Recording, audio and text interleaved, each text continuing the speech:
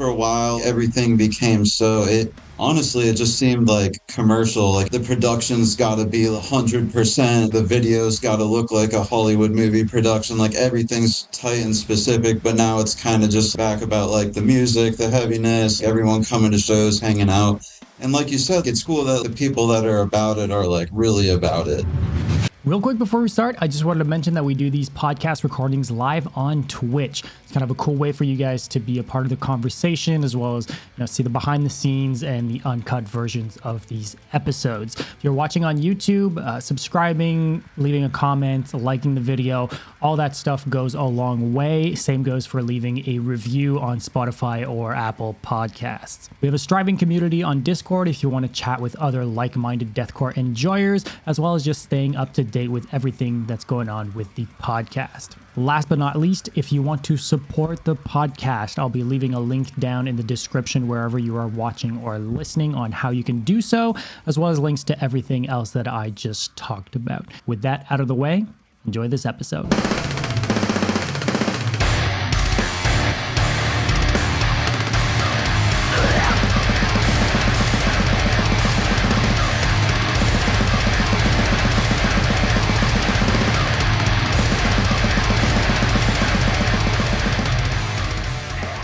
Welcome to episode 58 of the Brutality podcast. My name is Dom, and I'm joined as always by my co-host Yan. And this week we are joined by the two vocalists of the band Peacemaker. We have Mark and Jordan. Fellas, welcome to the show again. How we doing, boys? Good. Hanging. Hell yeah. I love that it was synchronized. It's the perfect intro. Yeah. Oh yeah. So dude, we had you guys on a little while ago. It's been a while, yeah. I feel like it's been like 6 months ago. It's probably been less than that. But yeah, we did a MySpace Deathcore like roundtable thing with a bunch of different bands. And it was the first one we did. I think it was the first one. Yeah. And so that was a great time. But I was eagerly awaiting being able to talk to you guys more one-on-one and to talk about the band. And since then we've kind of helped you guys a little bit with some of the promo work for the tours that you guys have been doing since, and you guys are leaving on a tour again this next coming week. So what better time, I guess, to talk to you guys and to do this. I'm excited to get into it.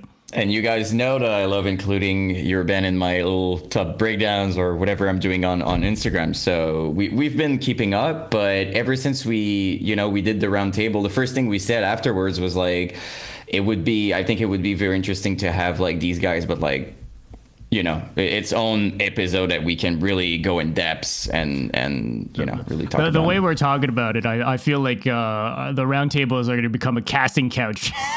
Yeah, it's like, okay, who did we like?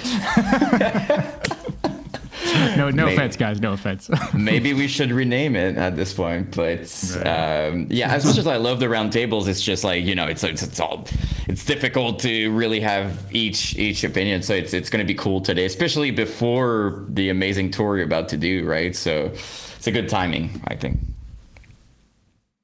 Yeah, we're definitely happy to be on. I follow up with a lot of the podcasts you guys do and stuff, and I was a fan of the channel before you guys ended up doing the sponsorship for the last tour we did. So it's definitely sick to be on here, and we like being able to answer questions and talk to everyone and stuff. It's cool that it's a more personable experience for everyone. Yeah, it feels like people are more connected than ever still. Like we had this conversation because obviously we're talking also about Slamwish, right? Like you guys are touring with them, and it's like it's fun to see that it almost feels like it's all like homies together, like friends together. Like it really feels this way. Like you see a post and the first comments are other bands kind of supporting stuff like that. That's the best. Like, do you feel like you were, not to dive in right now, but I would be curious to know, like, did it start like that? Like, do you guys feel like ever since you started, it was like a lot of support and stuff like that? Definitely. Like, I think like you said, a lot of the support was initially like other bands, like, yo, check this new band out that's like on this wave and stuff. And same thing, like we try to support like other bands as much as we can. And like when we're doing like tour dates, we try to reach out to all the other like locals and stuff like in each area and get them on. Yeah, for the majority, like most of the bands from like the like revival core like style are like pretty supportive of everyone and stuff. So it is really cool to see it like it's gone back to like a community base rather than like a comp, like more of a Yeah. competitive type of thing. Yeah, because we were talking about that on a call we had together, off stream or whatever, about how it wasn't always like that, specifically with deathcore and stuff like that. We did No, have absolutely not. a time period where it was dog eat dog a lot more than this revival thing we've got. It was kind of like, I fully remember it was almost like who's the heaviest type thing. Like if you go back in time, it was like about like, oh no, we're heavier and stuff like that. Who's got the slowest breakdown? Yeah. Who's got the lowest gutturals? Who's got it's like who can push it to the extreme, but like in a kind of an unhealthy competitive way, I guess. Yeah. I swear it's the coolest thing for me. I'm going to talk for me personally, but like when I do, like you guys saw my videos when it's like, for example, like Peacemaker, Reverend, like all the bands together type thing, it takes 4 seconds and pretty much everybody I tagged are all like, hey, what's up? And everybody kind of hanging out in the comments. It's like, it's very cool to see that like I'm going to call it like the new wave. There's like a bigger hype most of the time than, big bands that I'm, old school bands that I'm putting in a video. So I just that in itself to me is a statement of like, okay, people are down, like it's thriving right now. Like, so it's, and we need that. If you want big tours and stuff like that, that's what you need. So it's cool. It's cool to see. No, and it's a lot more welcoming. It makes a lot more like new faces want to come around, like a lot of like old faces have returned and stuff. Like it's cool. Like, you know, for a while, like everything became so it honestly it just seemed like commercial. Like everything was becoming like the production's gotta be like, like 100%, like Yeah. everything's like the video's got to look like a Hollywood movie production, like everything's so like tight and specific, but now it's kind of just like back about like the music, the heaviness, like everyone coming to shows, hanging out. And like you said, like it's crazy because like the people that do follow this, like they're all like steady watching like every band's post. They're all like you said, within like a few minutes, there's already like a majority of likes, and it's the people that are like constantly commenting, constantly coming in here in the chats and stuff. So it's like cool that like the people that are about it are like really about it. Yeah, it's fun to see because like it could be different as well, like there's a lot of scenes that it's kind of just like everybody's on their own, like I listen to a lot of the other kinds of music and it's not something that's part of every scene, definitely not. Like I've seen almost the opposite, but like I swear every single time I see new music, like any band's part of the revival or whatever is just announcing new music. There's no teaser, nothing. Just people are hyping stuff out just with like a cool logo or something. Yeah, we don't even know what it's going to yes. sound like, but we're already about it. I'm currently following tons of bands that never released anything yet, and I'm just like I'm waiting for it. I'm like, okay, it seems to it's written MySpace Deathcore or something. I'm like I'm gonna wait and see, but it's cool. It's a good thing for the scene, is what I'm saying.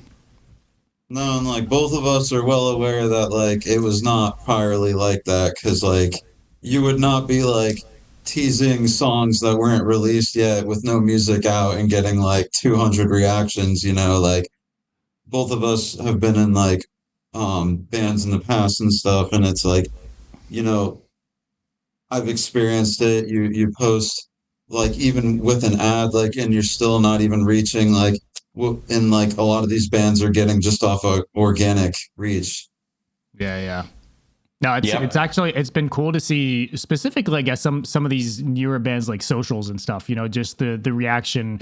I think, look, I think a lot of it has to do with it being mostly more youthful. Like there's a lot of young people in the scene. Yeah, and I think that changes a lot. I think most of these kids are just like, there's no like ego. There's no, it's kind of naive. Like the people are just doing whatever the fuck they want. They don't really care. There's no like boundaries. Everyone's just kind of like homies. Like it's just, that's what it feels to me. Like it's, I feel, and I know you guys are a little bit older too, compared to the rest of the scene as we are, but it's not, I don't think if it was only 35 plus year olds doing this new wave of music, I don't think we'd have the same kind of same kind of interactions and all this stuff, Yeah, and to your point, by the way, Mark, like you I think you made a good point when you said like everything needed to be professional and stuff like that, and I feel like it was an attempt to be more accepted by like death metal and like by the labels in general, like just make deathcore making it maybe more acceptable in general. But the beauty of that scene to me is the experimental part, kind of, sketchy videos and stuff like that, like not being afraid of doing like a weird part in a song. And I'm specifically saying that because I know you guys are not afraid of just like, stopping a song, doing something like crazy and going back on another thing. But to me, that's the entire appeal of it. That's what I want to click and just be surprised the entire time. And I don't mind, like, it's cool when people do their own thing, artwork, whatever, videos and stuff like that. So over time, what happened is deathcore was starting to almost become death metal because they were losing the entire experimental, youthful, cool thing. So seeing that back, especially with the merch, we could talk about the merch. The merch is back like stronger than ever, I feel like, also. So it's like, I personally feel like deathcore is taking back what it's kind of lost over time, if I may. So, that's kind of how I feel. Elements. Yes, exactly. You guys alluded to being in other bands prior and stuff like that, and I know a lot of the band members that make up Peacemaker had all kind of come from other projects and done some different things in the past. So that'd maybe be a great kind of jumping point to kind of talk about how the band actually started, because I think a lot of people initially kind of followed along from, Joe's from Tactosa. That was like a big kind of like part of that puzzle. But then all of you guys how do you guys all kind of come together? Well, me and Jordan have been friends for a long time. He actually booked the second show I ever went to. But so like him and I were both in bands. He was in Grasping at the Shadow. I was in Bottom Feeders. And we were running a venue called the Slam House, and down in like Bradenton, Florida. And we had been talking for like the past couple of years about starting a new band and stuff, and like a deathcore project and stuff along these lines, because both of us have been around, since like the original MySpace deathcore scene. But so pretty much we went through a few different names. We ended up keeping Peacemaker, and then like just wanted to kind of collaborate like horror movie references and stuff like that, and like the funny song title names, bring that back. And then like you said, like the Hot Topic merch. And then obviously like we're super inspired by like old Suicide Silence, Carnifex, Job for a Cowboy, Despised Icon. I'm sure you can name like a bunch of bands, but just wanted to do something kind of like that, and then you guys were just two vocalists, so there's probably not much in the ways of music being made between the two of you. Or do you guys write music as well? Pretty much we'll just link up with the guitarist, and we just write that way with Joe, and just kind of like bang out tracks and stuff, we try to keep the nostalgic vibe and like add some stuff too, and like But I was really a big fan of like the movie samples before the breakdowns and that kind of stuff. So then like when I was seeing that was coming back, I was like, oh man, like I've had so many, like I've been wanting to do a band like this since like back in the day, and then it switched to like down tempo, and then like now that it's working again, it's like cool, like I could do what I initially wanted to do anyway. Yeah. I'm kind of sorry, go for it. Yeah, okay. While we're talking about what you liked in terms of bands and stuff like that, like, do you guys share the same influences in terms of frontmen, vocalists, and stuff, or is it different for both of you? I would be curious to know. What are your main ones? See, it's like weird because initially the main like Corey Taylor was my first inspiration. Like I heard like Iowa back when I was like, well, like deathcore ones then. As far as like deathcore, like I'd say like Phil Bozeman, Same. Old school, of course Mitch Lucker, but like Ollie Sykes back in the day, Scott Lewis, Carnifex, like Vincent Bennett. I always thought like he had crazy lows, so like he was always a big influence and stuff. Annotations of an Autopsy, Steve Regan. He's fucking goated, man. Yeah. So sick. Mine would be probably Phil Bozeman, Scott Lewis, right from Carnifex, and Vincent probably. If I had to like do 3 or 4 or something. I mean, that's two of the 3 are on your wall behind you guys, so that checks out. No, yeah, makes sense. I know you guys aren't lying too much so far. You have a Case of Strain tattoo, right? Yeah. One of that's like the back of my calf, so I'm not that committed. I don't got any cool band tattoos. But it's fun to hear that because I feel like I think we talked about it quite a while ago, but like a Case of Strain deserve way more credit than I feel what they're getting, and Vincent too. Like I feel like they have a lot of hardcore like ties, like with their guest features and bands they tour with and stuff. So kind of makes sense why they don't get credit for it sometimes, and they don't like being called deathcore. Yeah, I saw because I kind of tagged Vincent in one of my videos, and he kind of de-tagged himself. I'm like, okay, he doesn't like deathcore, but I was kind of expecting it. There's a few bands pretty difficult to categorize, and they just don't like being in like one label. I respect that; it's fine. There's a few bands like that. I'm always like, what are like Immure? I'm always like, they're kind of metal. They're like new metal core. I don't know. It's like weird. They're like heavy metal core. They're more bouncier. They're less like blast beat focused. True. Hardly no blast beats.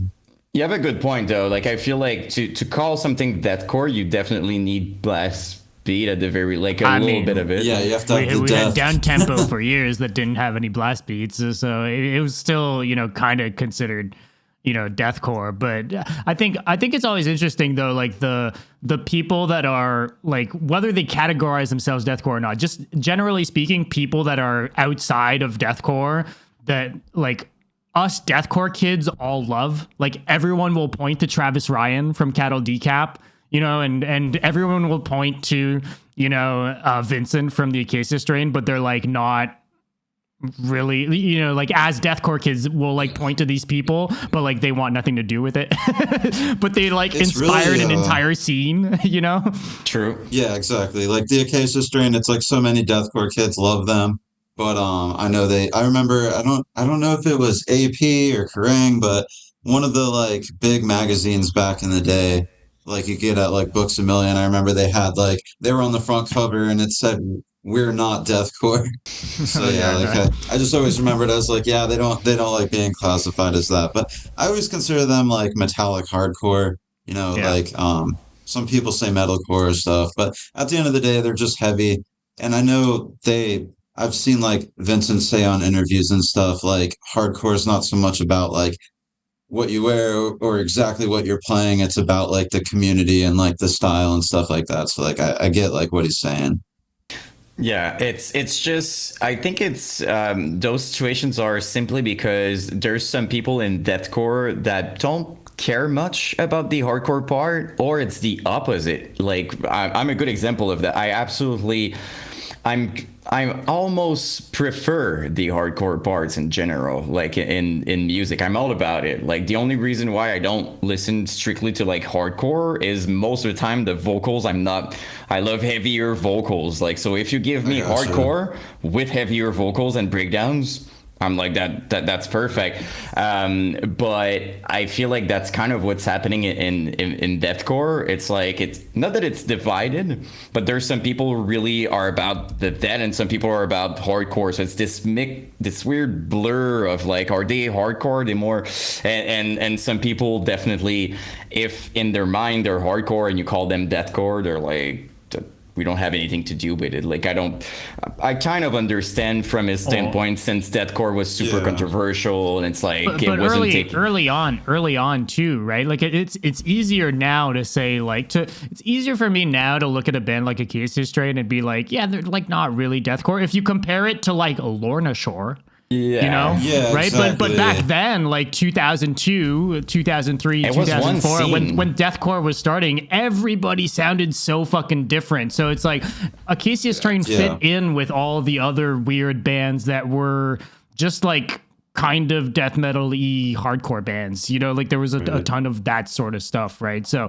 I think, you know, things change over time. I think for sure, like today, I have a harder time saying Acacia Strain is like deathcore, but like everybody that listens to deathcore probably enjoys the Acacia Strain. So it's just kind of like one of those things. Yeah, but I think a big part of it, I just think, is the vocals. Like Vincent's a really unique vocalist, and the lows, like I feel like a lot of people that are like new to heavy music, you know, they hear and they're like, okay, it's heavy breakdowns, and he's got like a lot of lows. Back to like what you said, Jan, was like the yelling vocals in hardcore.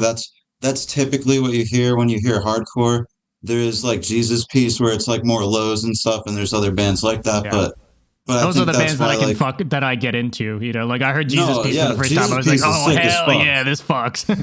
No, definitely. I want to say like I slept on them for a little bit, and I found out or like I got into them by a live video of them playing This Is Hardcore, and I was like, okay, this band's like heavy as fuck. Mm-hmm. Yeah, it was. I always had like a hard time because like I wanted to get into hardcore, like seriously, like I always thought it was awesome, like bands like Terror and Madball and all these. I was like, that's so cool.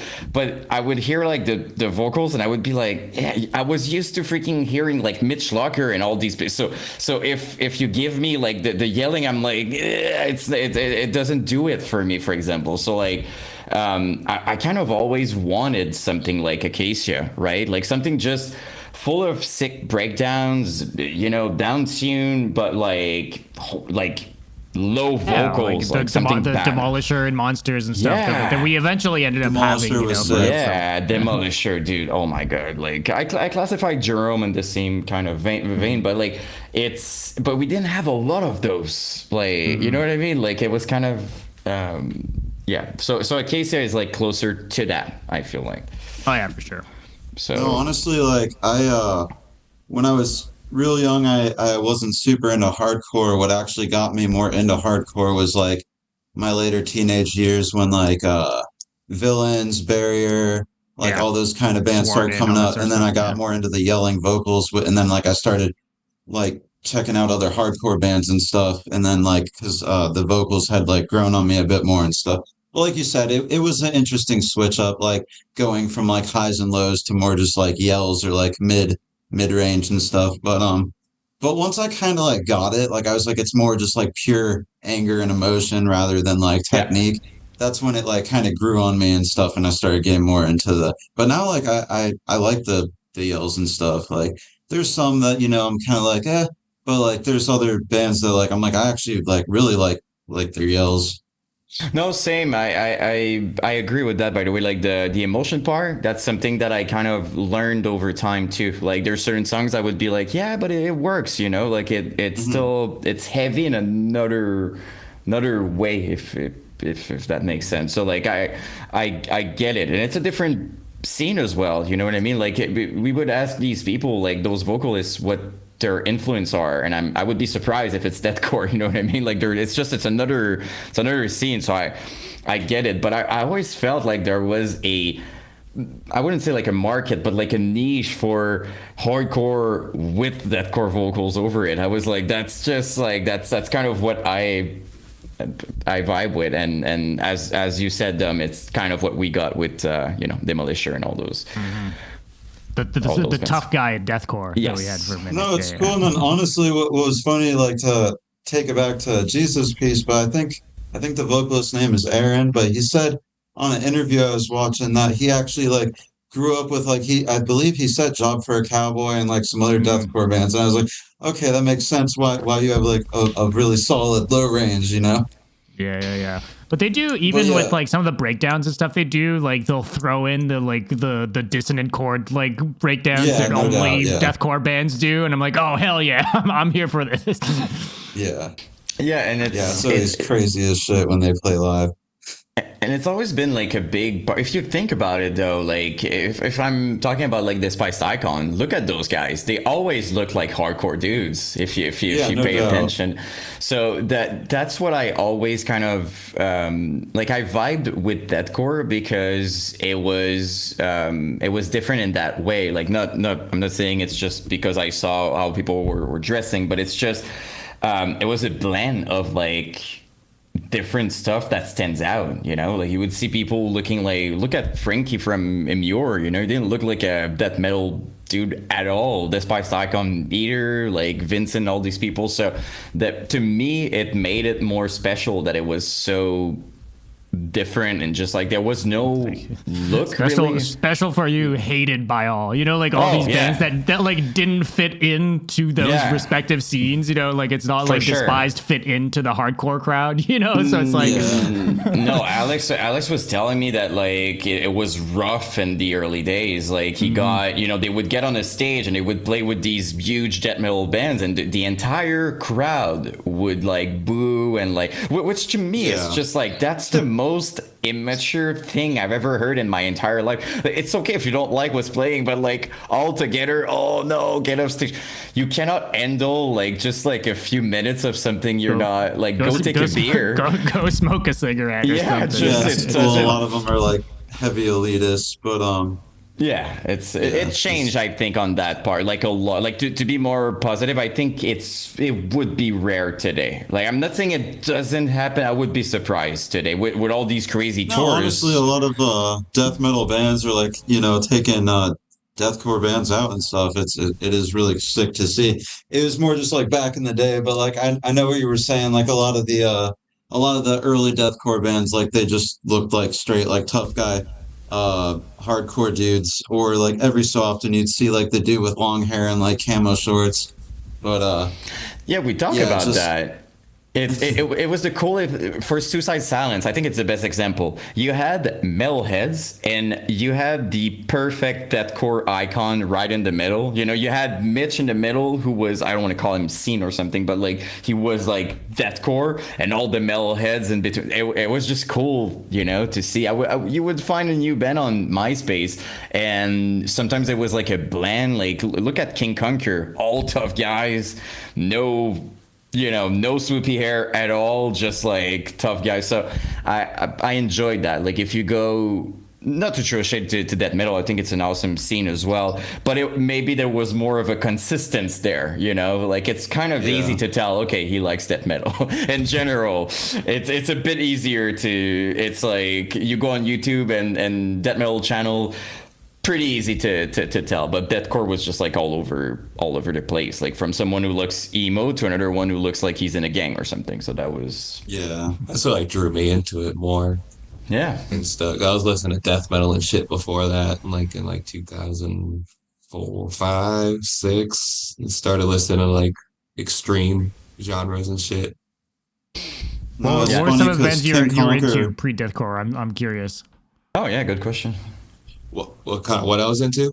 Death metal? Like death metal wise, like what were you listening to back then? Well, I got introduced. The main ones were like Nile and Behemoth at first, but then I got more into like Suffocation and Dying Fetus. It's more shit like that. But then I was drawn more to the deathcore stuff, and there was actually bands around that were playing deathcore. Yeah. Yeah, I mean, great bands. I mean, all the bands Yeah. you listed are still great bands. Yeah. Like all was those listening bands to kind of Dying had Fetus the like other a day. staying power, you know, and are still kicking Yeah. it somehow. They all stayed relevant, so that's extremely. By the way, do you guys? I know it's a tough question, but do you have like a band or a few bands that you're kind of dreaming to tour with? You know, since the beginning or something? Do you have like a pocket list of like, oh my god, like it would be so sick to tour with these guys? What would you? Who are your top five? I get five. Yeah. Like Casey Strain, Whitechapel,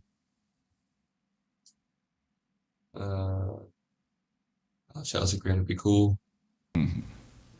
The Guys of the Dead. I like The Guys of the Dead. Hell yeah. You think of one? I'll think of one more. Well, definitely Whitechapel. Carnifex. Oh, yeah. I mean, that was probably what I was trying to think of. Oceano for sure. I would love to fucking tour with Oceano. Despised Icon, that would be sick. Let me think. Bands that are active right now. Oh, Waking the Cadaver for sure. Oh my god, that would yeah. kick some ass. And then of course Body Snatcher. Like I would fucking love to tour with Body Snatcher. That's been like goals. Trick question for you. Favorite Oceano album? Depths or like yeah, Depths. For me, Depths. What's the second one called? Contagion. Temptation? Contagion, isn't it? Is that their second? Contagion. Yeah. I thought you said Temptation. Nope. Yeah, Contagion's pretty sick too. I like that one. I remember when that shit came out. Yeah, it's it. Honestly, like second favorite would be Dead Planet, honestly. Yeah, Ascendance on that has that. Oh, it's so sick. Oh, Ascendance, yeah. Yeah, that's one of the songs. One of the most Planet, underrated. Yeah, it's Ascendance, yeah. Dead Planet's the track. It's a song, yeah. But a flag of that out there. It's that's my personal favorite. That's why I always ask, because I was talking to a lot of people that fuck with the OG the MySpace stuff. Usually Depths is the debate has been, is it Depths or Ascendance? It's funny because one for sure. The three albums you name were the three albums I actually featured in my top breakdowns Oceano edition. It's literally like Depths, Contagion, and Ascendance. But it's like it was so I never understood. Like I think it was the time maybe it was released. Like Deathcore wasn't as strong, but like it's so underrated. But you listen to it, I feel like it would be out now and it would be a different conversation. Maybe people were not, maybe not ready or something, but it was so sick. Ascendance, you're talking about? Yeah. I think they just hadn't put out music for a long time. There's like a whole bunch of like they didn't tour it that much. Also, it was around during those years, like Deathcore kind of, it was different. But I think it's top tier. Played in Tampa for that tour. That was dropped off pretty good. But it was a long venue. It was cool. What did you say? Oh, when they toured on the Ascendance album. Yeah, dude, like that tour was insane. That was like a Slaughter to Prevail, like No Zodiac, Aversion's Crown was on that. That was such a sick fucking tour. I saw them with Boris the Blade and trying to remember who I want to say Barrier. Was Barrier on that? I know they're from the same area, but yeah, it was. I know Boris the Blade was on it, but like it was sick to catch them before they disbanded. Right, they broke up not long after. Yeah, and by the way, all the bands you named that you would like to play with, would you fit with all those bands? That's the cool part, like you talked about freaking Waking. It would make a lot of sense, like look at the tour you're doing right now. Like add Waking to that, it would make a lot of sense. So dude, that'd be nuts. That would be sick. Despised Icon too, like we keep saying that, but like Despised Icon, no matter how many years it's been, no one was able to do what they're doing. they're still alone and they're kind of, they're doing their own thing. It's impressive to me. Like it's like they have their sound, and I never heard in my life something that I was like, oh, this Spice Icon. It's really, it's like it's their thing. I would love to see a big tour from them, because now they're mostly, they do like festivals and stuff like that. It would be awesome to see like a big freaking tour with the new wave. Maybe in the future. No, that'd be awesome. I'm just glad. I'm glad for sure that they're even back in general. That blew my mind, because I did not see that there was a few bands that really blew my mind, and Hell followed with. I was like, when they announced that they were back initially, because for a while I remember it said on their page, it said, "We're not a band anymore. Go outside and play with your friends." So so I was like, they're never coming back. And then like they did, I was like, holy shit. Up, like I was like, they're done with this shit. Like stop asking us. I'm like surprised the page is still up there. That's how it seemed like. But then they announced they were coming back, and then did you just see Suffocate wrote? I think they wrote Testing. I was like, that would be pretty crazy. Yeah, I was like, that's why it got a lot of responses, dude. The deathcore world's been popping. I Declare War got their page back. Yes, sir. No, it's crazy. Like Suffocate. I cannot shut up about Suffocate. To be fair, I still listen to Suffocate. Like now, like I've never stopped listening to them. It's so freaking sick. We're talking about keeping the hardcore. They were pretty good at that. Like every single song you had like sick hardcore beats and roots, and like you could headbang the entire. Didn't go, oh, we have a guest. Another guest. No, Ricky is a huge inspiration, especially like Of Sulfur is dope, but I grew up with Suffocate, and like honestly, like growing up listening to that and stuff, and like that kind of like molding like how I do my vocals. But like highs, definitely like he's like a huge inspiration for like how I do my highs and stuff. Like the shrieky, really like high pitched, like I always love that kind of shit. But that's what I told another him. One like. Sorry, go ahead. Oh no! This is another one. When he announced that he was coming back with a new band, I was like, "Oh shit!" Yeah. That one surprised me. I did not, especially because like he had such a big transformation in like how he looked and everything. To me, that was like the textbook example of like he is in another place. Like he could not give two shits and about doing music anymore. And he said many times he wouldn't. Like he was doing Q&As and he would be like, "Don't expect new music." For years he would say like, "I'm never gonna do that again," and every time it would break my heart that I was following him. So I think it was a big surprise. Yeah, because I'm sure himself he didn't want to for the longest time. I'm sure he genuinely didn't want to come back. So I'm sure even him was surprised to even want to do it. So and he's better as much as he's better than he's ever been. Yes, like as a vocalist now, it's like it's absolutely insane. And fitness wise, I mean it's like I saw him in person, and I genuinely look like if I was a kid next to him, like a kid next to him in terms of like, I was just like, "Hey, what's up?" And he's like, I was just like, "Oh my God, that's not the same Ricky." No, dude's jacked for sure. Oh my God, dude. But he was always, to be fair, he always had a sick life, like stage presence to me. Like even like you guys remember like with his blogs when he was like moving on the stage and everything. No doubt. So he was always, kind of a beast on stage. And he basically, I keep saying that about Mitch. Like Mitch wasn't, like a bodybuilder or anything, but he was still more intimidated. Like he was scary even more than a freaking bodybuilder. So it's like it's kind of, but when you have both, like Ricky now, it's like it's really scary. Like I saw him. I don't know if you guys saw Sulfur live, but it's like it's something else. It's crazy. Yeah, it's cool to see. Different but cool. I'd love to talk to you guys a little bit about the dynamic of being two vocalists in a band, because we don't get to talk to many bands that have two vocalists. I think it'd be interesting to maybe tap into, what it's like for you guys to write together and performing together, writing parts. How does it kind of happen, trading off vocals or layering, or how the kind of process of writing a song together goes? Because you were alluding to, the both of you would go in with Joe and kind of write, together. How does that kind of process go, and specifically when it comes to being two vocalists, I guess? Start this one.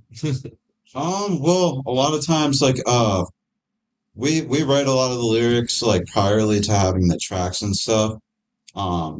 We actually, like, a lot of times, like, we'll have like a line that we know for like is going to be like on the breakdown and stuff like that. But like a lot of times, like, I'll just have like we'll go back and forth with ideas, and I'll have like some things written, and I'll come to him, and like he'll add to it. But we just kind of do that. Like we'll come up with like the idea for the track, and then just like kind of like so far like the first EP like had like a theme to it and stuff. So like the tracks kind of like went together. So we've been kind of doing that thing. And then yeah, but essentially, just certain things like sometimes like I'll bring a line to him, and or like sometimes I'll have like a whole song or like half a song written, and then like if there's a line where like he'll be like, oh, like this kind of sounds better than that, we'll swap it out, vice versa. But yeah, we just kind of like mix, ideas and stuff, and just like sometimes like I'll write a couple lines, he'll write a line, and then again like vice versa. So it's pretty easy though. And like this band is really like we try to keep it fun and like not too stressful. So it's never it's pretty easy, and like the lyrics are like horror movie related kind of like stuff. So it's not too complex, but it makes it easier. And we just lyrically like we just come up with the flows the same. Like we'll have the instrumental done, and then like we'll just link up and do like different like flows over and stuff till it works out, and then see what sticks. And do you have like a specific, it's probably different for both of you, but in terms of like warming up or something you do before doing vocals, is it pretty simple? Do you have like kind of a ritual that you're doing? Kind of go on the old like Melissa Cross things. I think she said like the machine like humming like and then like stretch out your face and just kind of you do like those loud exhale, like not screams, just like and then just make it louder and it kind of like warm it up. Yep. We're usually in the same vicinity warming up, so we essentially just stretch. Because especially if you're touring and you gotta do multiple shows in a row and you're not young anymore like I am. Yeah. Vocal ease makes sense. Vocal ease is a blessing on tour. The vocal spray. Yeah. That's been cool. Yeah, I used to use the throat coat, but that shit's so nasty. Then when I think Michael from Casket Maker actually in my old band was like try a vocal ease. So then ever since I've been using that, I was just like fuck the throat coat tea. You guys ever fucked around with the vocal mist?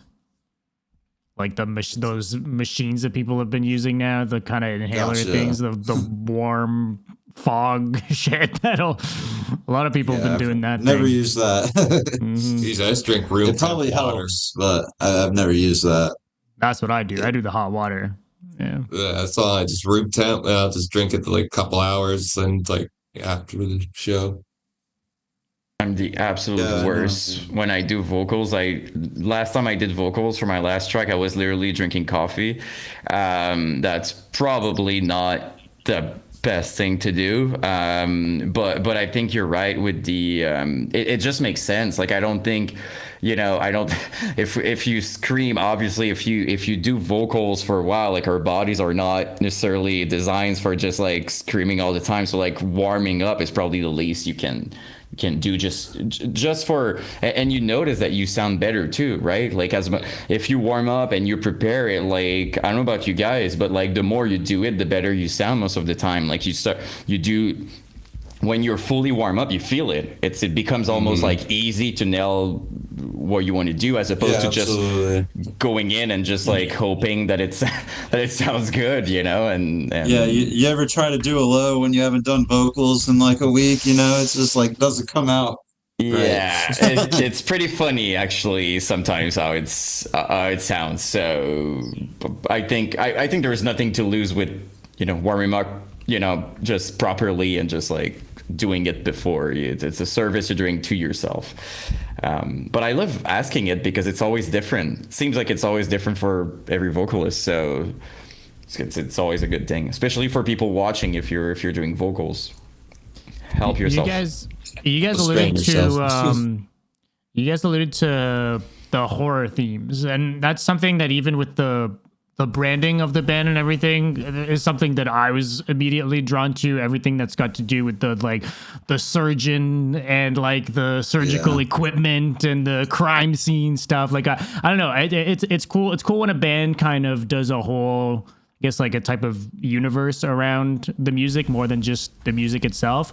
But I'd love to maybe get your guys' inspo in terms of the horror stuff. What do you guys dig horror wise? Because there seems to be like I don't know, there's something about the murders, crime scenes, surgeons, scissors. What's the inspo? No, I grew up with watching horror movies and listening to metal and stuff, so that's pretty much what Peacemaker is. But no, I'm a huge Wes Craven's like my favorite film director and stuff. So like any of his movies, Scream is aside from like the last two, but Scream is like my favorite horror series altogether. I love how like meta and like played out it is, and like how it kind of laughs at like horror at the same time. But no, I like a lot of like older slasher movies rather, not thrasher.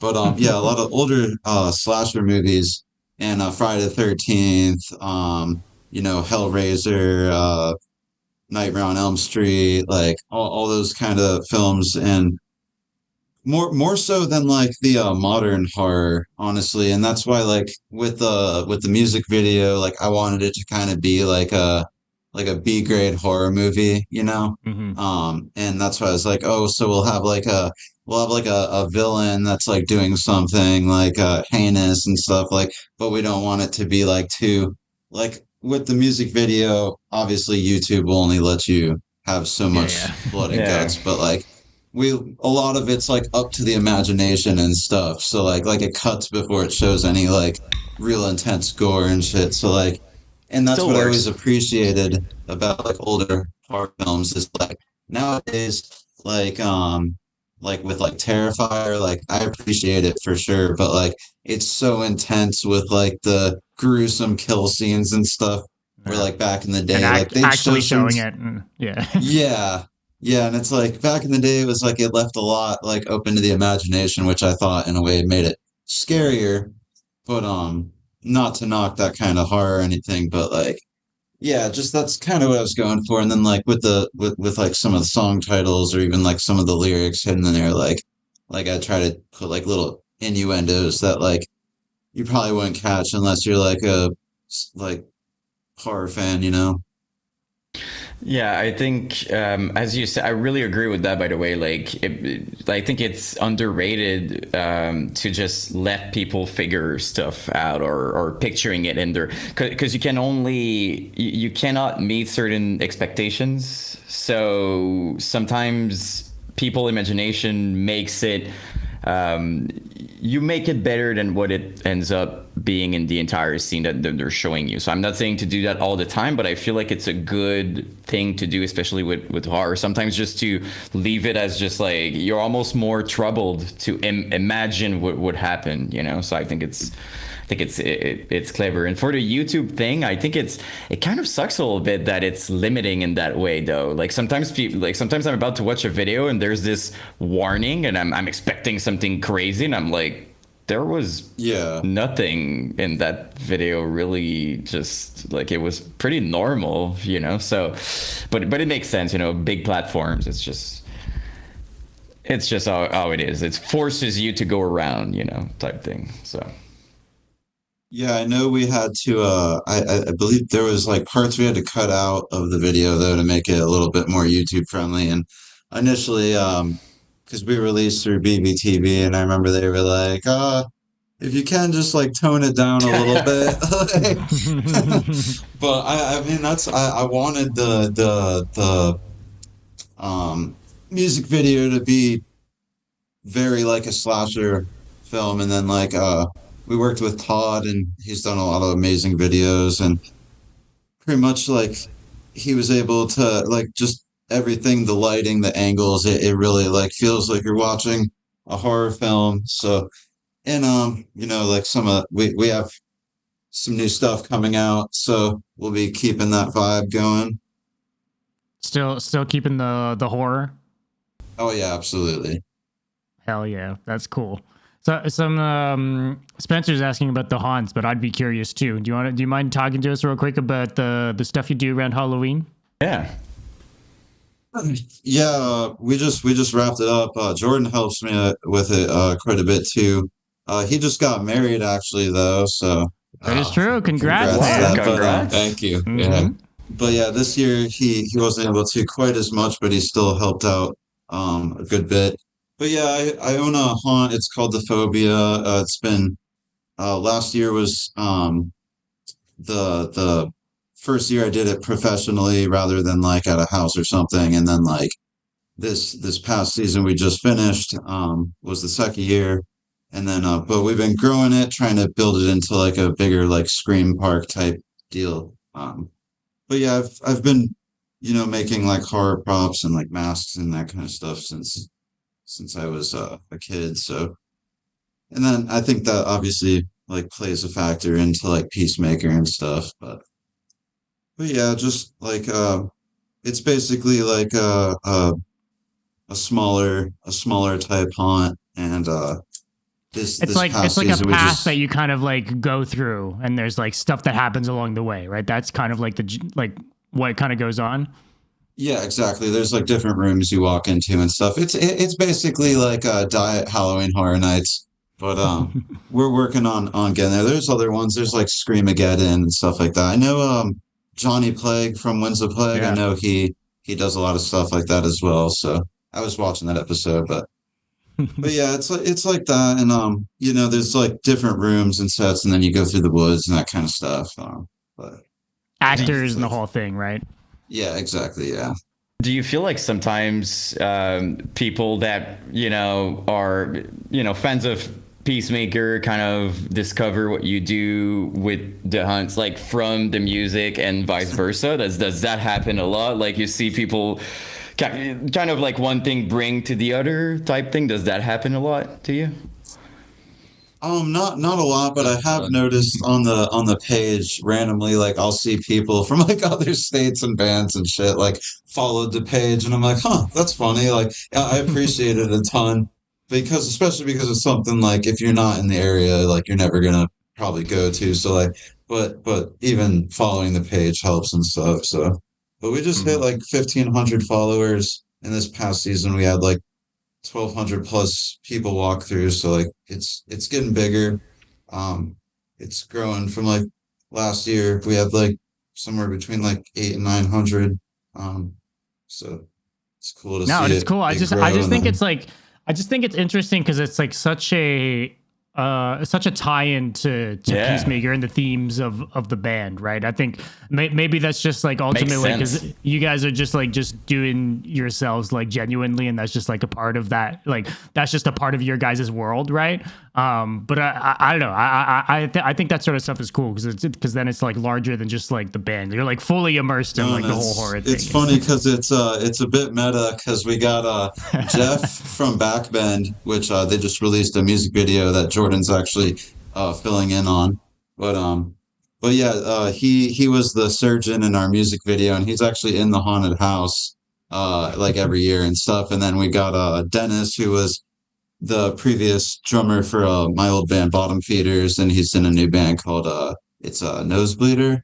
But yeah, and then he's in it. Like we got a good amount of people from bands, and yeah. So it's like it gets even more meta.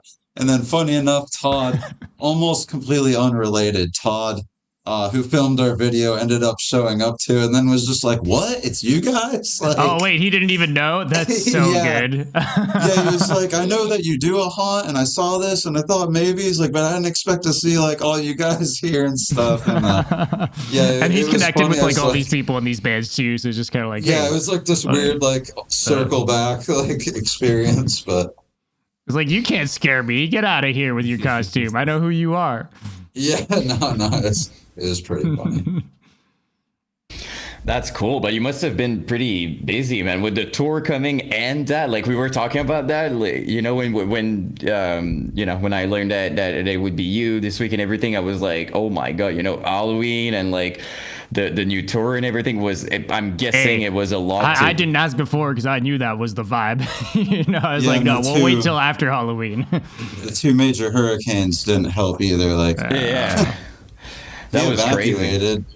Yeah. Oh yeah. It ended up hitting directly, but there was no well, there was storm surge, but they're saying like fucking 10, 15 feet. Plus I had a big old tree next to my house I was afraid might tip over. Yeah. It's the first time I evacuated in like 20 years of living here. Whoa. It did hit directly in Sarasota where I live, so You just gotten back from Tennessee, and then you were like, "Oh fuck this!" No, that's where I went. Yeah, we went to Vegas, got married, and then came back for a day, went to the honeymoon, and then fucking left again like a day after that. Oh yeah, because of the hurricane. Fuck, dude. Yeah, and then day after got back from that, we started doing the haunt like the first 8 days. 8 days to build it back up from the ground. Oh Jesus Christ, eh? Well, was the haunt affected? Did the haunt get hit? Oh yeah, no, it was like underwater. Like the whole lot where it was like under like, and that area wasn't like, you know, foot deep of water. It was like ankle deep water, but like along the whole coast, like this whole East Coast from like Tampa to like Fort Myers, Cape Coral area, like down there, like has been just like it's really bad. It's like historical damage. So, but yeah, it's like luckily where we were doing that wasn't like that affected, but it definitely got filled up with like tons of rainwater because what happens is like we're not far from sea level, so like and then when it floods, like the drainage can only fill up so much before it just starts filling up the streets and stuff. So like that's the other. It's not always the storm surge; it's also the like drainage and stuff. But yeah, it's been crazy. I'm sure. I mean, obviously, Florida's got so many metal hardcore bands. Like I'm sure, like a lot of them have been very affected by this. So like it's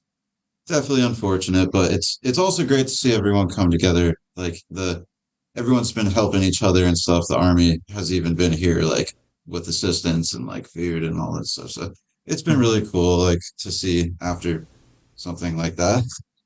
Right. Some silver lining through it all.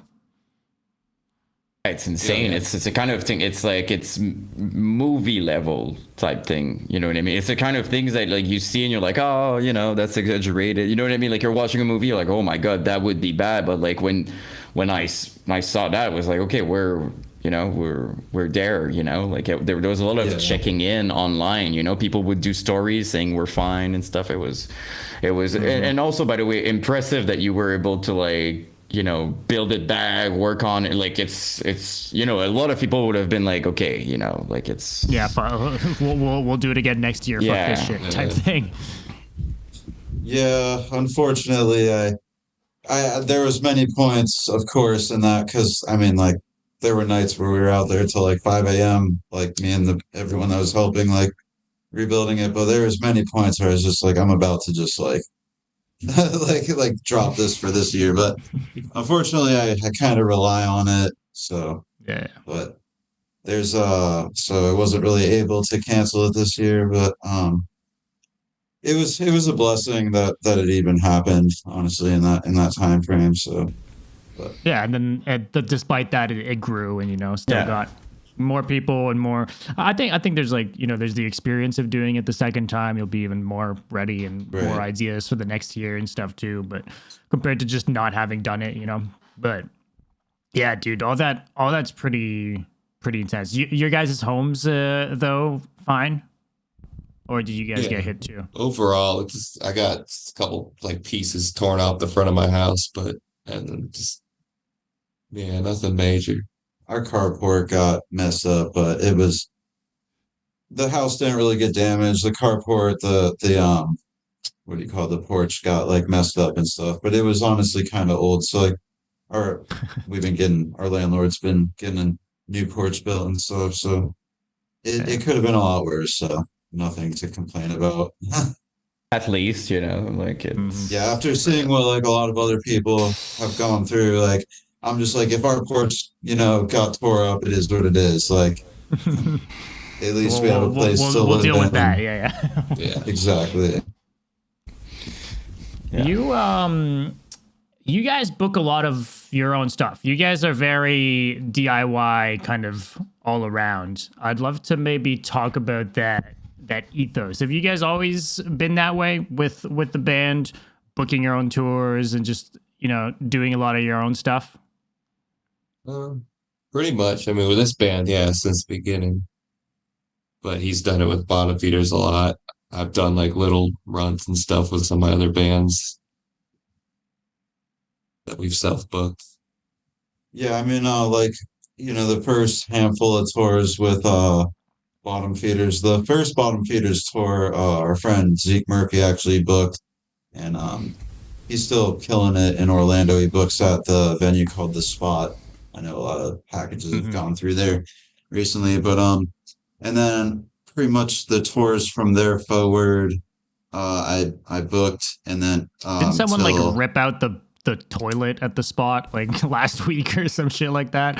I saw something floating around. They tore up the bathroom. Yeah, no, that was crazy. Okay. People be wilding, but yeah, and then I booked the next like handful of them, but then we ended up the last couple tours we did. We were working with Forthright, so Wesley, and I know we did a TKO tour, the Kirby organization.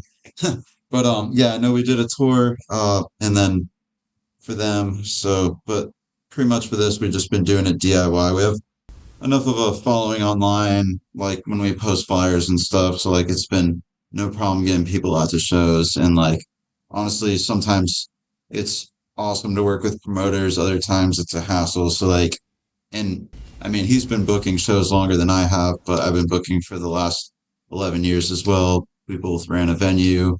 So like we know how to promote shows, do the event page, run ads, do all that stuff. Like we're not above showing up early and handing out flyers for our shows at like malls and skate parks, skate shops, that kind of stuff. Like we've That's done the it coolest many times, thing. so.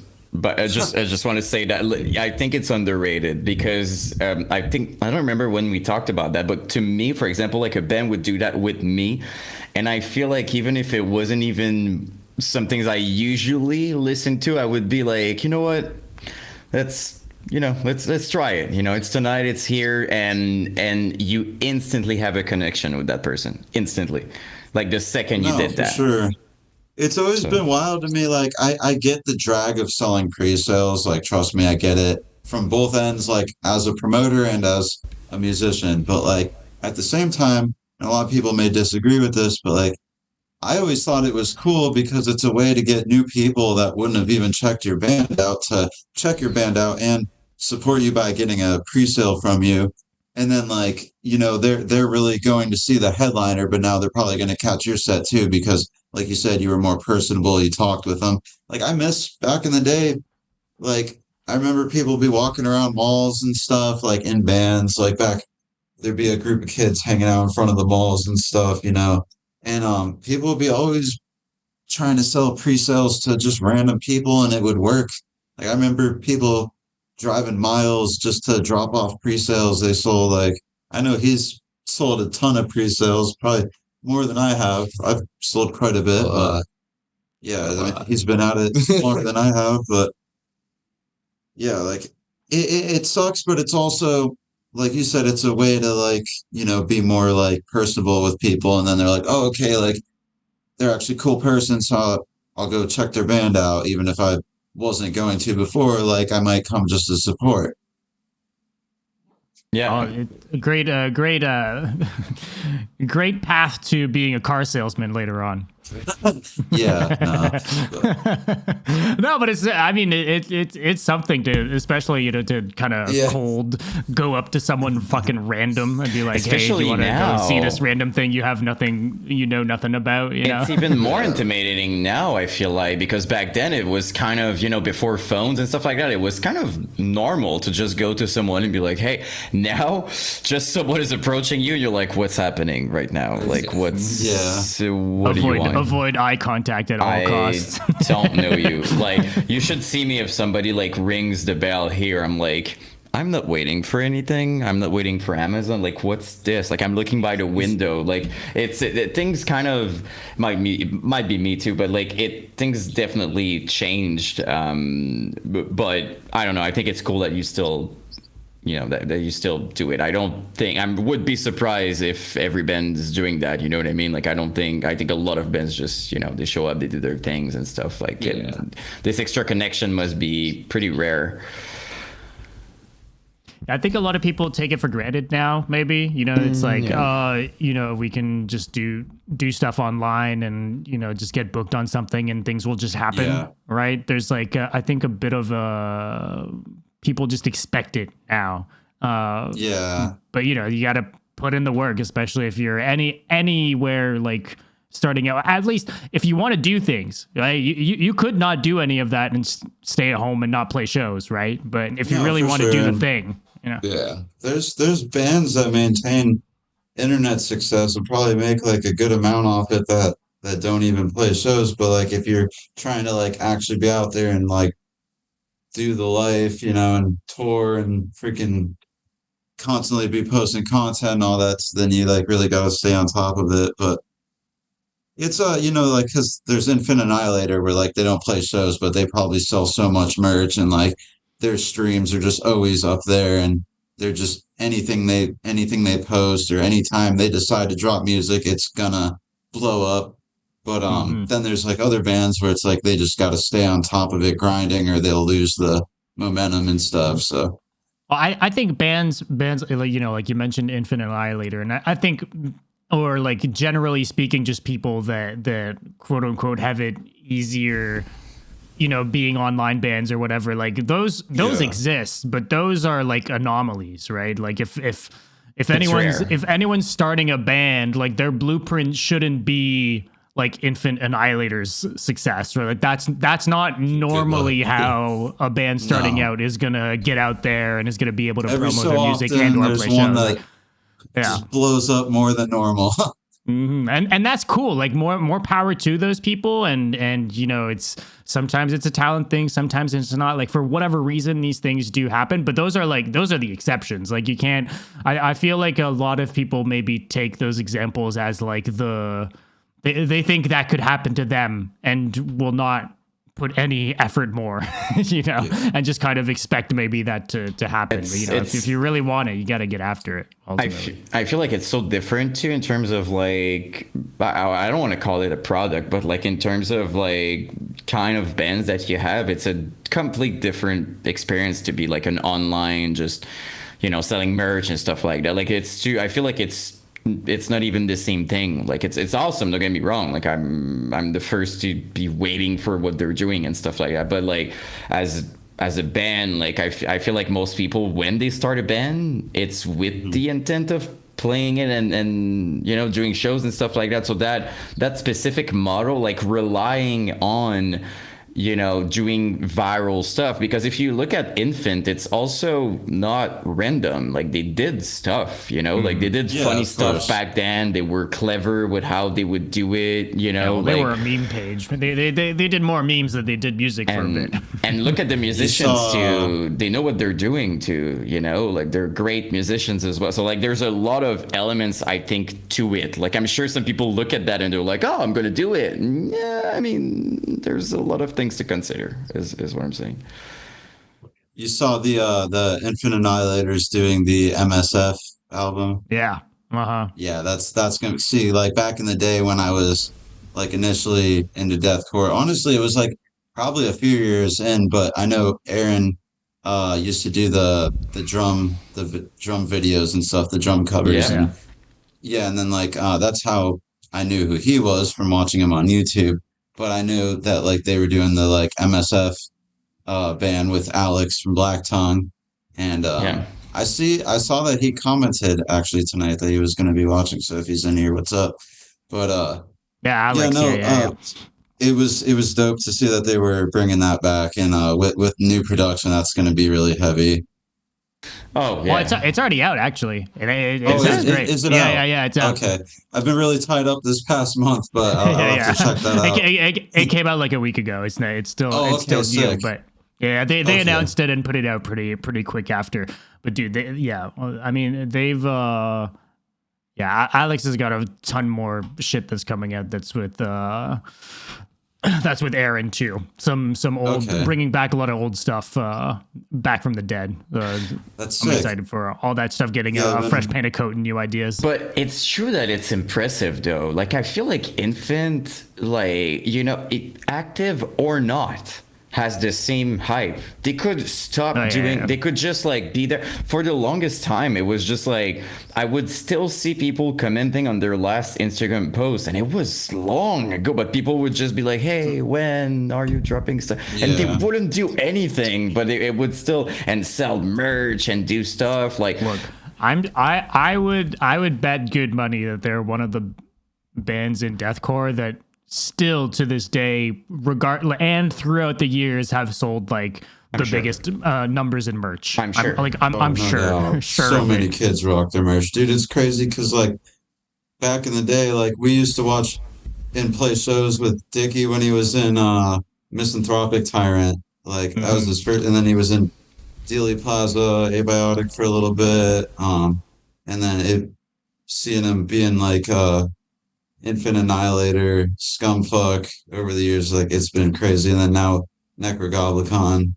That's such like a random gig for him, I but at wasn't the same ready for time, that. it It's makes so sick. much sense. But like, It makes so much sense, but it's Yeah. sick. Yeah, but like No, the they whole probably goblin were, like, thing, one- it like it fits. Yeah, no Like doubt. there couldn't be like a better match, but it's still the weirdest thing ever. Like I don't know, it's hard for me to make it click, but it makes so much sense at the same time. I don't know. But it's very no, I special love it, dude. though. Like You look watching the online. videos.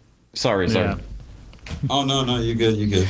I was just saying, like, you would expect a band like Infant, like being goofy like that to have like haters or something, but you look online and they're mostly, I don't see people are just like maybe there is. I wouldn't say that much. A lot of people don't necessarily. There's always been critique on the speeding up and the fake drums and then this and that. I mean, that's always they've always been surrounded by drama in some sense. Yes, but who cares about you know what I mean? Like these people. I don't give a fuck. But I'm just saying, they've never had like no haters. Is all I'm saying. No. The point I'm trying to make is usually when you have a lot of hype, there's often the word overrated, stuff like that. I don't see that about them. Like I don't see people being like, oh, they're overrated, stuff like that. Like I mostly just see people being hype of them doing music. I think that's because of the scene that we're in, but that's, maybe that's possible. But like I'm with Mark on this one. Like I've been following Aaron ever since first thing I saw him. He did like a Dire as Murder cover on drums, and my mind was classic. blown. And so to me, I'm really sorry, but anyone who doubt his talents on drum, like you just didn't see him play. He's an amazing drummer. Like I don't care. Even if I wouldn't care. I couldn't care less. Even if he faked 27, but he's a sick drummer and he's writing sick drum parts. That's what matters to me personally. I don't care about that. Like even if you prove to me, oh look, I don't care. I really don't. He's a sick drummer. So no, but I just think it's cool that they have such a good following, kind of a cult following of people just like love it. No matter what they do, they're gonna have their fan base. I think it's impressive. Yeah, I remember showing my dad the drum playthrough for Cunt Crusher, and like I was just like, just ignore the name, but like just watch the video. But that shit was crazy. Like even back then when it came out, because like deathcore was like kind of starting to die back then, and then like Infant Annihilator came out and like just kind of revived it for a while.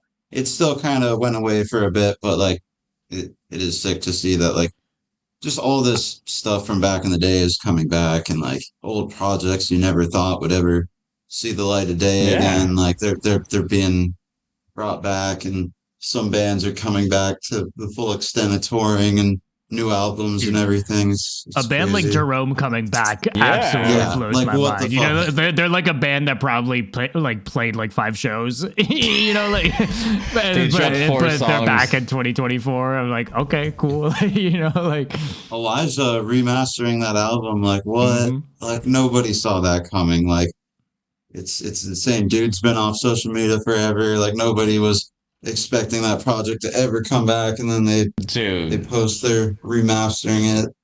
It's been a crazy past couple of years. Oh, it is. I got my copy, but then the other thing, I want to talk about this. Oh yeah. Hey, Talk to me about that show, the Deathcore Lives show on your guys' past Yeah. tour, because that That's lineup a was good one. wild, Crazy. dude. Insane. it's our first Texas show of the tour. Yeah, that was crazy. How was that Dude, show Dude, for the you? lineup, dude. Yeah.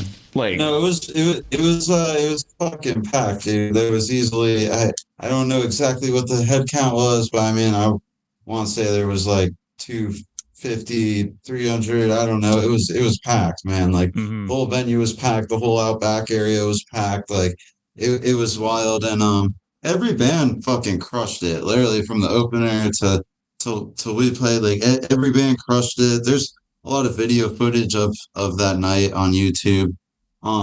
Some people did leave towards the end because it ran a little late, but I mean, regardless, people moshed.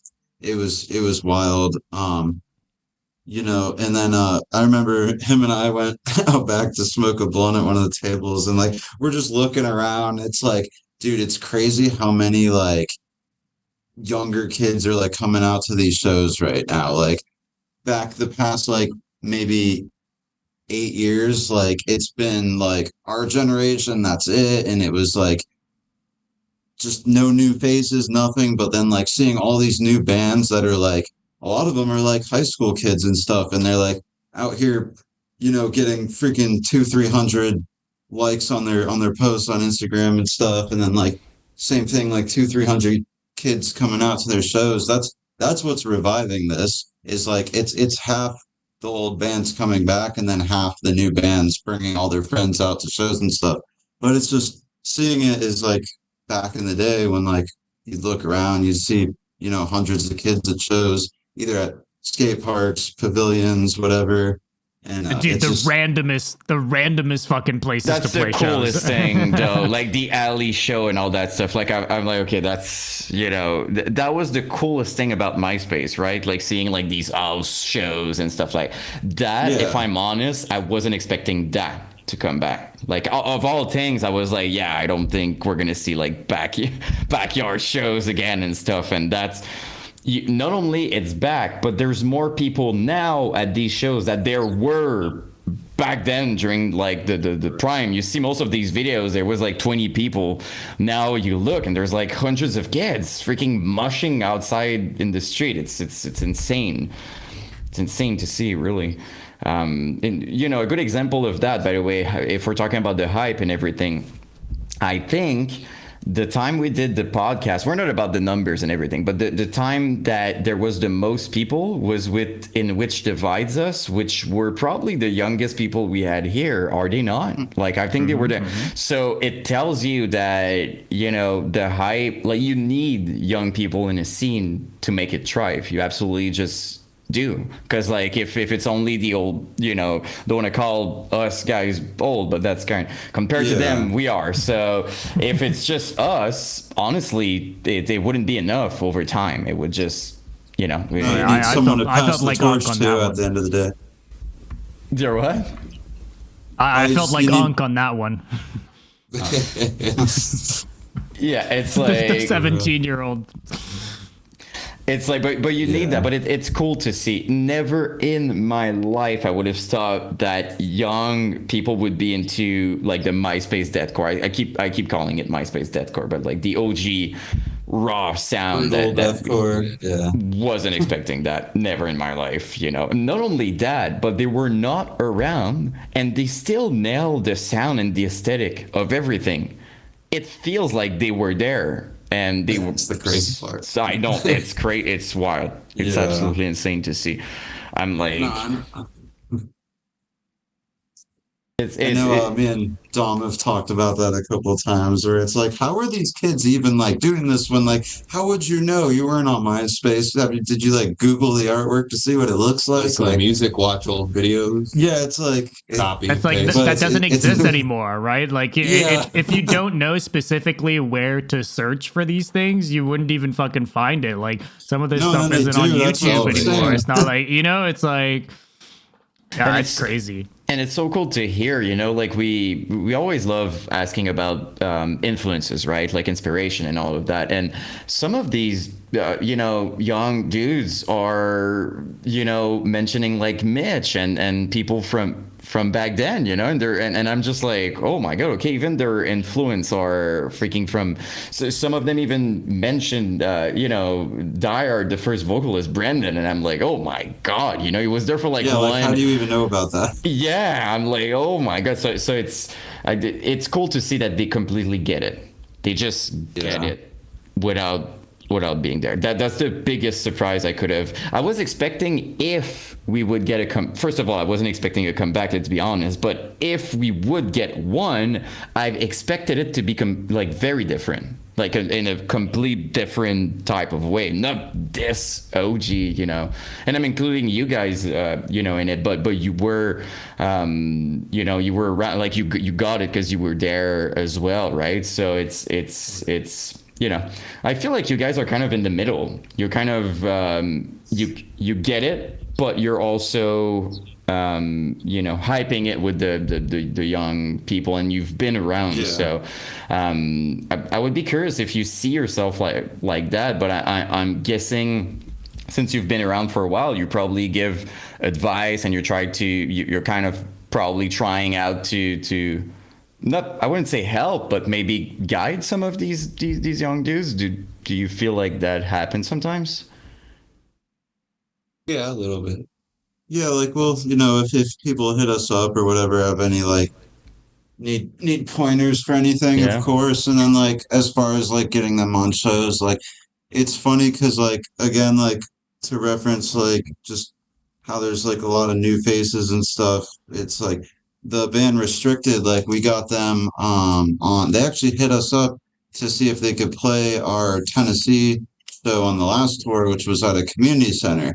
And like I had heard of the band, I didn't know, like, and I had only talked to them through the page, right? So like you don't know who you're talking to, and then like they show up and they're all like 14, 50, and they're like, yo, what up? We drove like, some of them drove like 12 hours to come play that show. And I was like, dude, that's punk as fuck. Like, that's what it's about, is like loading it up with your homies and then riding fucking, you know, 10 hours plus to go play in another state. Like, that's what this shit's about. And then you would have never, you know, heard of that the past like 10 years. But like now, it's just crazy that like so many kids are like that about it again.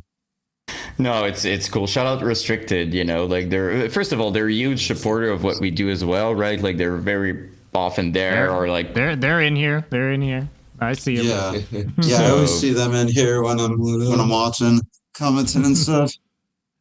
Yeah, and actually, I could be wrong, but I think it's Gino did like my some of my logos even on YouTube, like very early on, before the podcast and everything. He reached out to me, just super nice. I'm like, I'm not kidding. I think I had like one video up or something. Like I think I had like 2 videos up or something with like 30 views, and he's just like, hey, it's awesome what you're doing. I would like to do logos. I'm like, oh, okay. So he's just like, no, I'm gonna. Let me just do it. It would be great. And I've kept these logos ever since, you know? So it's that was my introduction, but like he's awesome. But the entire band, if I'm honest, like they're all just cool dudes and awesome music. They're all really supportive. So you guys have them on a couple dates on this upcoming tour, right? Yeah. That's going to be awesome. Maryland and the New York date also. Yeah, one of the New York dates, those Brooklyn one. Talk to us. Talk to us a little bit. We can maybe kind of land the plane here. I'd love to maybe talk about the upcoming tour, because there's other cool bands on this tour. Obviously, Slamwich is a part of the tour, but then there's other cool locals on some of these shows. One of the shows you guys are doing is the Heavy Hitter. You know, the EP release. Talk to us about some of the lineups and what the upcoming tour is looking like.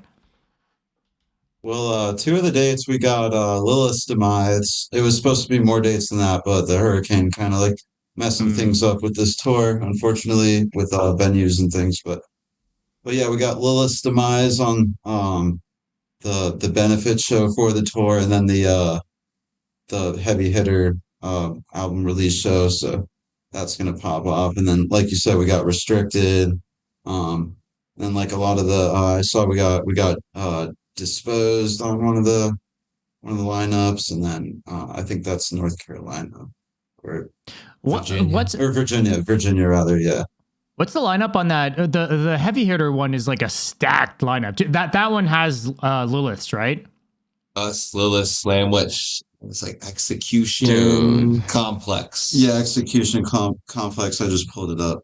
That's gonna be sick. It's Execution something. No, that's probably gonna sell out, if not come really close. But I'd bet that it would sell out. And again, by the way, shout out to Slamwish and Liz Demise. Like, we're talking about cool people in bands. Like, it's like I don't know personally all of them, but they seem like all amazing people as well. Like cool.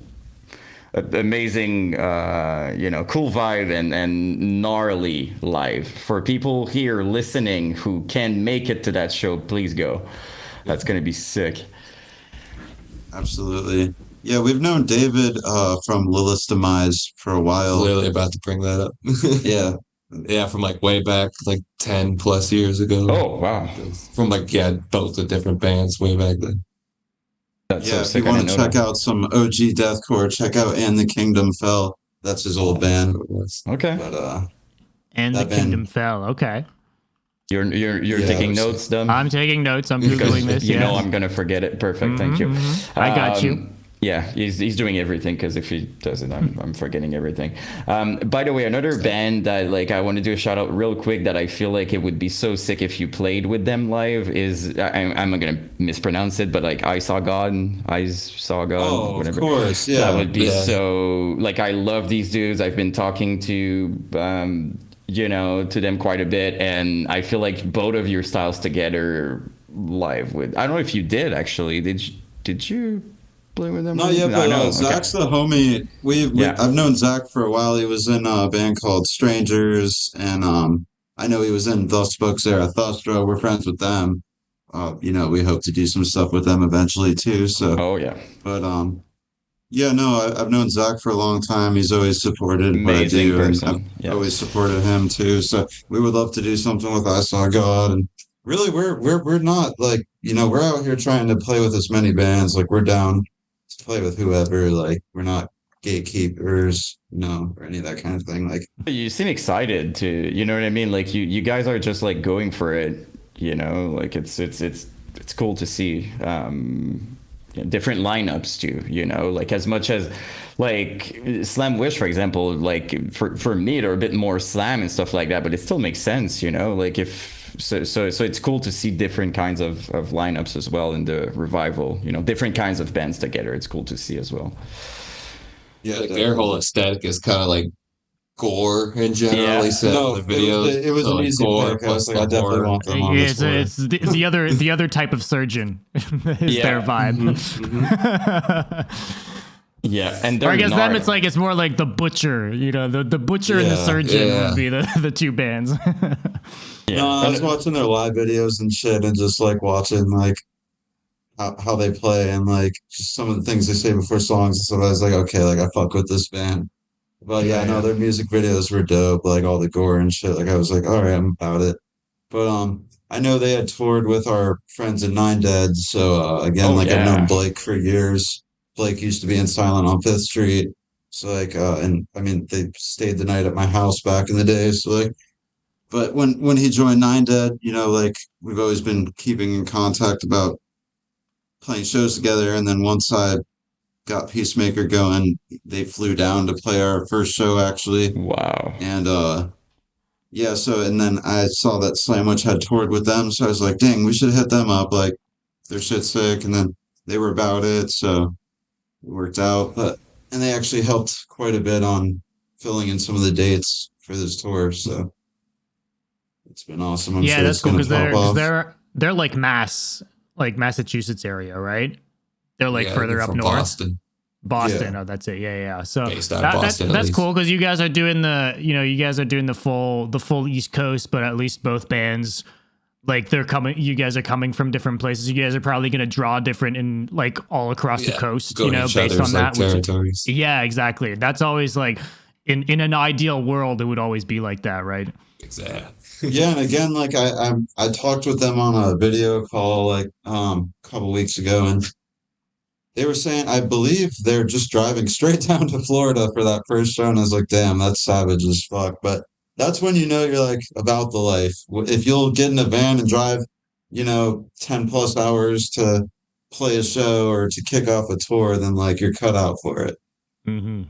And it's very respectable too, because like when you say band, I feel like most people who never did it or something, the only thing they picture is like, oh, it's cool, they party, they play shows. I feel like most people just don't know the behind, like what you need to do, carrying all this stuff, dealing with all those things, traveling, eating, almost like when you can and between certain things. Like it's I don't want to make it sound bad or anything, but for me personally, talking with those bands, like I'm fortunate enough since I started my channel to talk with the bands and everything, and it was a big kind of revelation of like, oh my god, like there's so much work behind the scene, more than I could ever imagine. Dom knows because he was in a touring band, stuff like that, but I wasn't. So to me, in my mind, when I was 15, 16, was like, to me, everybody was like Bring Me the Horizon, like big boss. You're just like traveling, you're reviving to shows. You have,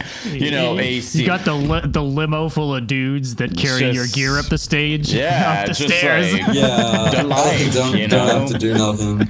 All live in mansions type thing. Like I saw the MTV crib with Born Over Cyrus. I'm like, oh my god, they're all living the life. That was in my mind what it was, And then you talk to these people, and I'm like, oh, okay, so Ricky Hoover made zero in years. Oh, that's different than what I expected. Even Born, like they were splitting a house. Yeah, they were fucking 6 dudes in a house. So it's not which I think was brilliant, though. If I'm honest, it made sense for them, but that's not something that most people would do, right? Like, it could get tense at times. I mean, it would be good as far as like bills and like keeping everything organized. But yeah, I could see it being like we live together, we tour together. Like, what's next? We get jobs together. Like, it's a lot.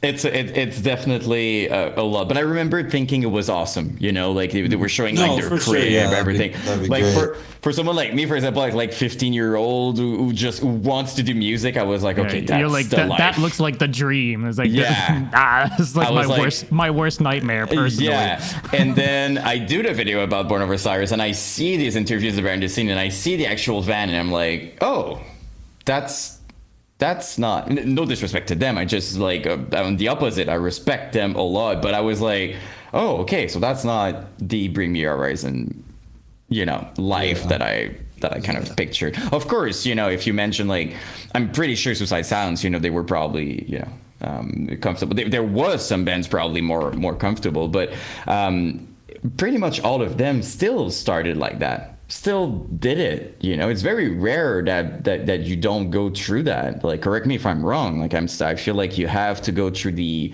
van kind of lifestyle and doing it at first. Very few bands make it without that. Yeah, you think it's slightly changing because of the internet. Like it's at least like now it is like a possibility to like blow up online before you've even played a single show. Like, I'd be willing to bet that Sleep Token didn't do that many that many shows where they were, Fair enough, without their people and not living comfortably. But those are like super rare cases, right? But at least now that's like a kind of more of a possibility, whereas at least in like the alternative scene, whereas like that wouldn't have been a thing like even 15 years ago, you know. But on Even the other those people are side, probably prepared to do that and eat shit. Yeah. But they just probably work out for them though, anyways. So cool. yeah, Yeah, and how many bands were they in before that didn't do well? Yeah, You know, they've it's been like grinding. we don't even know who they are to begin with, but no, I know what you mean, Jan, because I've heard you say it before, and it's funny because like growing up, I thought the same thing. I was like, all these bands are like successful and rich, and like probably like don't have to worry about anything, and then you watch the interviews and just grow up and you know you start to figure it out yourself. But it's just like, wow, they were like borderline homeless, like I mean, just winging it out. Y'all Like, weren't watching the same digital tour bus episodes that I was. That's for sure. You could see it pretty quick. yeah, yeah. Back when I was like teenager, I didn't understand. Like you know, you had said something about like earlier about like the bands in our area and stuff, and it was like one of the bands you had mentioned before was like King Conquer, and like you know when I was like 14. Being like, oh, King Conquer, they're from Florida. Like, oh, there's fan from here. Like, there's bands. And I'm like, just starting to go to local scene shows and stuff like that. And like, I remember talking to dudes and bands and be like, oh, you know, if you don't mind me asking, like, do you guys make like a lot from doing this? And they're like, no. Like, I'll be surprised if we get paid. And I remember thinking it was a joke.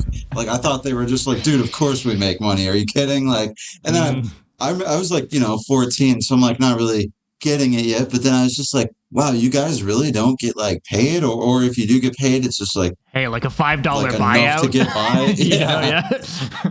But it's like not a King Conger specifically. I didn't meet any of them till later on, but like just local bands and stuff I'd be talking to. I remember they'd be you know, just being like, oh yeah, we might get like $40 tonight if we're lucky. And I was like, what? Like, that's crazy. And then I remember like just talking to you know different bands through the years, and they're like, oh, where do you work? And I'm like, oh, Taco Bell. And they're like, yeah, you make more than I do. So it's like it was rough for a while, like and but at the same time, like you guys said, it's more respectable because like you're literally just doing it because you care about it and you're passionate about it and shit, and like that's what's always kept me and him and all of us going and shit. Is like even if I didn't make shit, I'd still be out here like playing shows and stuff. So, and especially in you know in a niche scene like we're doing, right? Like, I can see not that it's easier, you know, like if you want to be a pop artist, good luck. But what I mean is that you know the ceiling is way lower. Let's put it that way. Yeah. You know, like when, for example, if you would do country, you have a possibility to end up just, you know, making it and just like having luck. But in deathcore, I mean, like there's certain people, like I'm sure Lorna are doing very well and Slower to Prevail and stuff like that. And again, you know, very well. I would be surprised if it's like billionaires, but like I'm sure they're doing well. Yeah, no, but not that. you know what I mean? Like so you kind of have to do it for the love. I don't feel like it's the right place to go like I'll be rich. You know what I mean? Like I feel it wouldn't be the smartest business move if that was what you were going for. Yeah. that's kind of how I see it. But to go back just a little bit real quick, because I don't want to take too much of your time, but like when you mention you know, bands kind of blowing up online and then they're already huge by the time they go, like I feel like it can be good, but it could be bad as well, because like I compare it as like going at pros and cons to both for sure. Yeah, because how I see it is like, you know, it's like working at a job and everybody is respecting you, and then you have a promotion. They're still gonna respect you. They saw you grinding and stuff like that, and then you're there. I feel like in music, even though I didn't tour, it's probably the same thing as when if your first show you're headlining something, you never did that and stuff, and you're out with like the big boss and everything. I'm not saying they won't be respected, but the amount of pressure, the lack of experience, not really knowing what people go through and stuff like that, I would rather at least have experienced it a bit before being there and having like to I don't think so much the respect thing, but definitely the experience thing. Like that's to me where it kind of like all the being able to do stuff DIY and being able to get in the van and just do it all yourselves and to really grind it out. Like, I don't think there's no, like, I hate the kind of culture around like things being like a rite of passage and you have to pay your dues and stuff like that. But there is something to just learning the ropes, you know, and there is no better way than actually doing the thing, right? So I don't think it's sorry. Oh no, you go ahead. You're good. I was just about to say, like, I don't think it's about, I don't mean like people would make you feel like that. I'm saying I would feel like that, seeing like all these bands like grinding and stuff. I would have like the imposter thing that's you. So a lot of people wouldn't give a shit. Okay, they'd just be happy to be there. But you know, everyone's different on that. Yeah, but. No, I would be self-conscious. I would be like, I just made songs on the internet and I'm headlining this, and I would see all these bands working. I would feel like I did. Like I skipped some. No, I know the I get the imposter syndrome sometimes. Like I feel I'm just like, damn, like this is crazy. Like both of us have grinded the past like decade and trying to get ahead in music and stuff. So like it is rewarding in that aspect, but there is part of me where I'm like with my old band, we had to pay for ads, and like now we're not paying for ads and it's getting a lot of it. So like, I'm just like, damn, like this is insane. Like, so I know where you're coming from on that. Like, I know what the imposter syndrome feels like. Yeah, but as you said, though, you guys have been around since, like, you give so much to the scene that I don't even think it's like a question or anything. I feel like I would be like an instant thing must be weird. Imagine like you're a band, whatever. That must be the most fucked up. That dude, big pop bars and stuff that are like kind of made. You know, that shit must be so, especially at a young age. Dude, I can't even imagine like what that kind of does to you. It must be crazy. You don't have the same life in a few days. Your entire life is just like completely changed in a moment. Like that's the era we live in. Like you see these people sometimes, right? Like they do like a random interview and they have like a viral moment, and then they have like podcasts and stuff like that. Like it's just like, you know what I'm talking about. But that's so funny. I know exactly who you're talking about. I didn't name the person, but it's just, and I have nothing against them. Like I'm wishing success. Basically, I'm this dude. Like if you can have success, go for it. Like I'm super happy, but I'm the kind of person who I kind of prefer going gradually type thing, so that you can kind of have a feel and kind of and instead of just like being thrown there, and just like when you have people are not super forgiving, so like you have more pressure if you came out of nowhere and it's like all the eyes are on you. So that's first impressions are a thing, so there's that for sure. Yeah, exactly. So, and it's internet. So if people decides that it didn't work, it didn't work, and people remember that. So it's definitely more pressure. Maybe less in metal. I don't think it might be more of a viral whatever thing. But if we take just Lorna as an example, like having a big moment like that, you still have to deliver afterwards, right? Obviously, they were like super talented. They were on the road since forever. But imagine if they were not, and then you're put on the spot like that. It would be crazy. So that's kind of what I mean. Yes, sir. Well, guys, thank you guys so much for taking the time to do this. I'd love to give you guys the opportunity to kind of just shout anything you guys have got going on. Obviously, there's the tour. You alluded to music, maybe. So anything you guys want to shout out or talk about before we let y'all go, feel free. Yeah, and before I saw someone in the chat also mention like clothing line, like Mark, I think like something like someone said, hey, talk about the stuff you do, merch or clothing line. I saw something like that. I don't know if maybe I didn't see, but if you want to talk about it, like anything you really want to, just feel free to talk about it. Yeah, I've been planning on starting a shirt line. It'll be announced pretty soon. It'll be in the realm of like, tying deathcore with the horror stuff, of course, cool.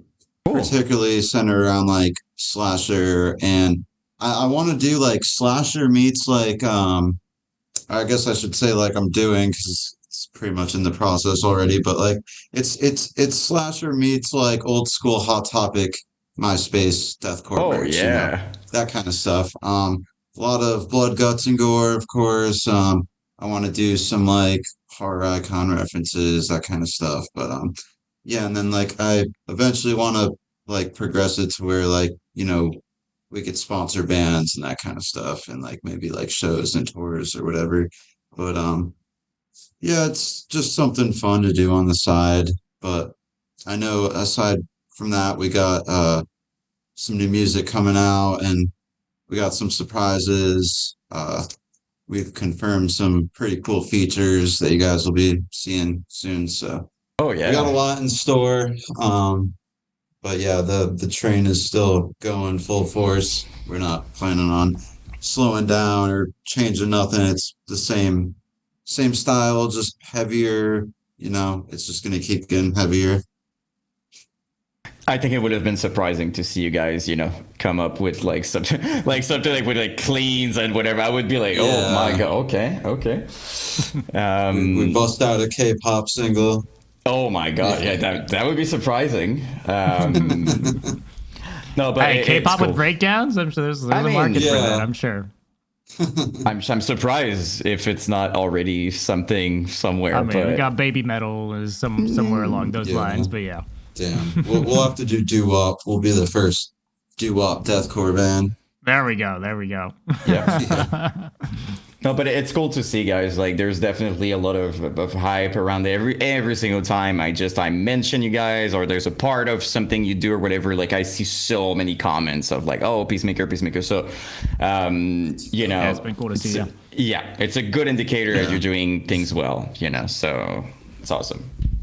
And of course, we're supporting. So, and again, people, if you can make it on any of these dates for the tour, you won't regret it. Like, there's not a single band that's not killing it live on that tour. Like, seriously, like they're all absolutely incredible live. So don't miss that. Yes, sir. Cool. Well, thank you guys so much for taking the time. We'll be keeping in touch regardless. But we'll talk to y'all soon. Thank you for having us. Yeah, absolutely. Of course, man. All right, we had the synchronized intro. It was only right to have the synchronized no, outro. we do it all the time. It happens more often than you think. I love it. All right. Okay. Have a great night, guys. Peace.